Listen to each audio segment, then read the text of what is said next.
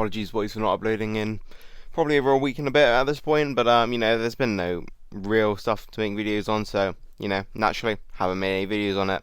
We'll try and get a war video out this weekend. We got some interesting matchups. We got Dar, Pistols, Scorched, CT, but I don't think we're gonna get CT and Scorched Medals. But I think I can definitely get one versus Dar or Pistols. But we'll see. First of all, I'm gonna quickly run through this review of the Battle Pass as fast as I can, because you've all seen it in game. You can all make your own assumptions, but personally I just want to get it done really fast so I can get my points across and whatnot. So first of all, straight away, it keeps coming up in the fucking featured thing. Don't like that. Every single fucking time, like 3-4 times a day. So there's the key, $20 for the key. You can get some extra points to go up the tiers faster. There was a $100 option, but I think they've realised no one's gonna fucking buy that. So you got the weekly missions. Honestly, they're pretty standard. You do these, throughout the week. It's not too bad. 2,000 odd points. Shit up, you got the system quite a bit, but there's a few that will maybe trip you up. That's the tier up. There's the arena battles and whatnot.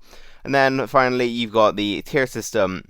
And obviously, if you don't know a Battle Pass system, there's a premium version and a free version. Premium version means you got to pay for it. Free version is normally the shitty version, and everyone has access to it.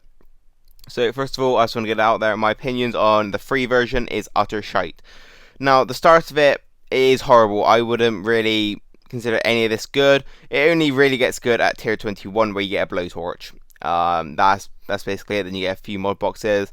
Then you get a few more blue torches, which isn't bad. I just want to get out there real quick as well. I do think you're going to have to complete every single challenge in the weekly one to complete it free to play and pay to play. Obviously, pay to play can choose to buy the extra points, but for free to play, I think you're going to have to do every single mission to complete tier 30. And you gotta remember, this is a 45-day event. So, yeah.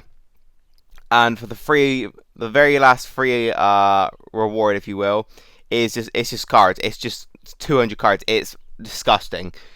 Now, however, if you are going to pay for it, the rewards are a bit better. So you get some GPS, some canteen, a lot of gear, some more mob boxes there, a lot of gear there, some more gear there. So if you're going to pay for it, it's not the worst value. You do get some decent value from it. I'll go back into here where you can see. So you get some unascendable Rosita, Raulita, Guo, some gear, some Brady's, some cards. So I think if you're free to play, I think you can probably get two Rositas, maybe. Nah, I would say one Rosita and a bit. I'd say one Rosita and 1,000 cards probably. Maybe I don't know. I don't think you can get more than 4,000 cards worth if you're free to play. If you pay to play, I reckon you get about 6,000 cards probably. But it's still early days, and that's just me completely guessing. So, first of all, price. Price is $20. Now, in other games like COD, Fortnite, and Clash of Clans, they're all under $10, and the value is pretty good. Personally, I only pay for one of those, and that would be the Clash of Clans, which is £5 a month, and that is the Gold Pass. And with the Gold Pass, you get a big storage, so all the loot you acquire in raids gets stored up, and at the end of the month, you get that back. And the tasks you need to complete the pass are very easy. You can miss quite a few of them and still get to the end very comfortably. And to be honest, I enjoy grinding the pass. It's very enjoyable. Fortnite has one similar. You play the game and you get the, points to go up the ladder of the tiers. Same with COD. And they're both under $10. Now, this one is $20. Now, do I think it should be $20? Not at all. I think it's very overpriced for what it's worth. Now, naturally, it could be worth it depending on how many tokens you get and how close you are to a character. So, if you're close to a character, I do think this would be a good pickup. However, if you are brand new and, you really haven't got any edge on these characters, I really wouldn't invest anything into it. Now, another thing is Survivors Club. Survivors Club, you pay $22 a month. You get a free pull every day. You don't have to use armory equipment, if you will. You get a roster cap increase, and you get a few extra bonuses like bonus food, material, and all of that. Now, Survivors Club have nothing to do with the pass, and I disagree heavily with that. So, Survivors Club basically get nothing. You get a few comic books a week. That's pretty much the highlight, and you have access to that gear map, because you get the comics every week. So I don't think it's right that Survivors Club get nothing from this, since they are pretty much paying for nothing, and this is a brand new entity in the shop.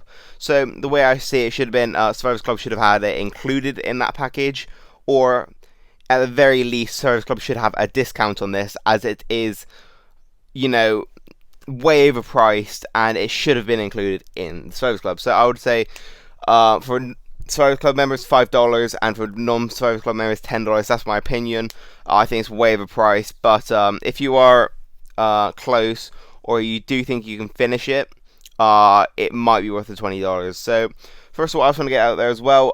You don't have to buy it instantly. You can wait till the end of the month, see where you are with the pass, and then decide whether you want to pay for it, because you get all the tiers then. So another thing, first of all, you gotta do all these missions every week for 45 days.